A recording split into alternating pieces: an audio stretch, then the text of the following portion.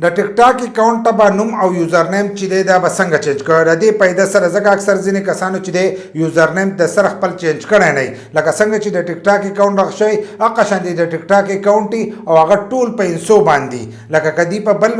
ټیک ټاک خپل اکاونټ سرچ کړي نو د دې هغه اکاونټ چې دی دا په سرچ کې نه راځي تا یو کس ته ووایې چې زما په پلاني نوم باندې اکاونټ دی او هغه هلته کې سرچ کړي نو ستا هغه اکاونټ چې دی دا ورته په سرچ کې نه راځي د څه د وجې نه راځي چې هلته کې تا یوزر نیم چې دی دا صحیح نه لیکلی ځینې کسانو خو پکې دغه ځای کې ایموجي یو شی بل شی چې دی هغه یې پکې ورکړی قسمه قسم څیزونه چې دي په خپل نوم کې ورکړي او ځینې کسانو یوزر نیم چې دی هغه یې د سره نه لیکلی نو چې یوزر نیم تاسو صحیح نه لیکلی نو ستاسو اکاونټ چې دی دا په سرچ کې نه راځي نو اول نمبر خو تاسو د خپل ټیک ټاک اکاونټ یوزر نیم چې دی دا وګورئ چې تاسو خپل یوزر نیم چې دی دا لیکلی دی که نه دی لیکلی ځکه که تاسو یوزر نیم صحیح نه لیکلی نو ستاسو اکاونټ چې دی دا په سرچ کې نه راځي نو خپل یوزر نیم چې دی دا صحیح ولیکئ څنګه چې تاسو خپل نوم لیکلی نو دغه شانتې ورسره یوزر نیم ولیکئ خو ځینې کسانو هلته کې ایموجي د نوم په ځای باندې لګولي یا نور ټکي لیکلي نو هغه کسان چې دی هغه د یوزر نیم هم نه جوړوي ځکه چې ستاسو اکاونټ چې دی دا به دغه شانتې په دغه ځای باندې لاول ښه ښکلی خپل نوم ولیکئ که خپل نوم لیکئ بل نوم لیکئ خو نوم چې دی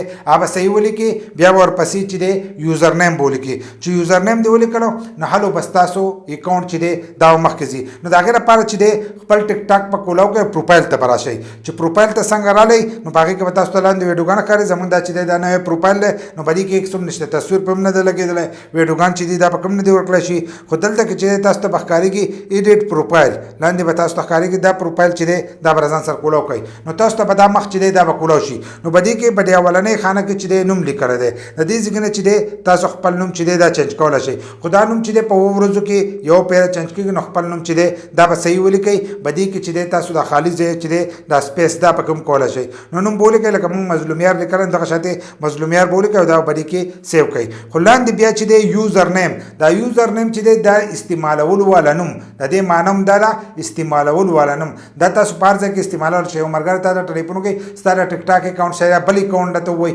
یوزر نیم په دې ځایونو کې استعمالېږي تا هغه ته چې زما دا ټیک ټاک اکاونټ چې دی په پلانې نوم دی نو تاسو به ورته یوزر نیم وایئ لکه را اوس موږ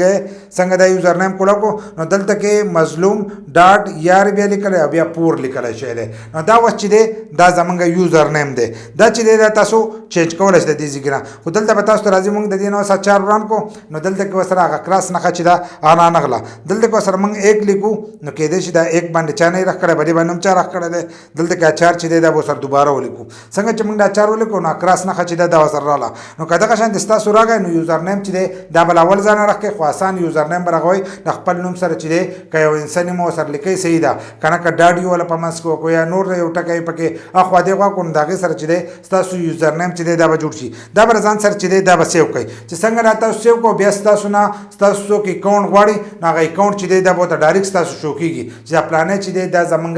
یوزر نیم دی نو دغه سره به ستاسو اکاونټ چې دی هغه په سرچ کې راځي خو که تاسو یوزر نیم او نوم چې دی دا صحیح نه لیکلی نو ستاسو اکاونټ چې دی دا مخکې نشي تللی نو کوشش کوئ چې یوزر نیم او نوم چې دی دا صحیح لیکئ نو د دې سره به ستاسو اکاونټ چې دی دا مخکې کېږم او خپلو ملګرو سره چې دی دغه یوزر نیم چې دی دا تاسو سرچ کولی هم شئ او په دې طریقه باندې چې دی تاسو خپل ټیک ټاک اکاونټ ته چې دی نوم هم بدلولی شئ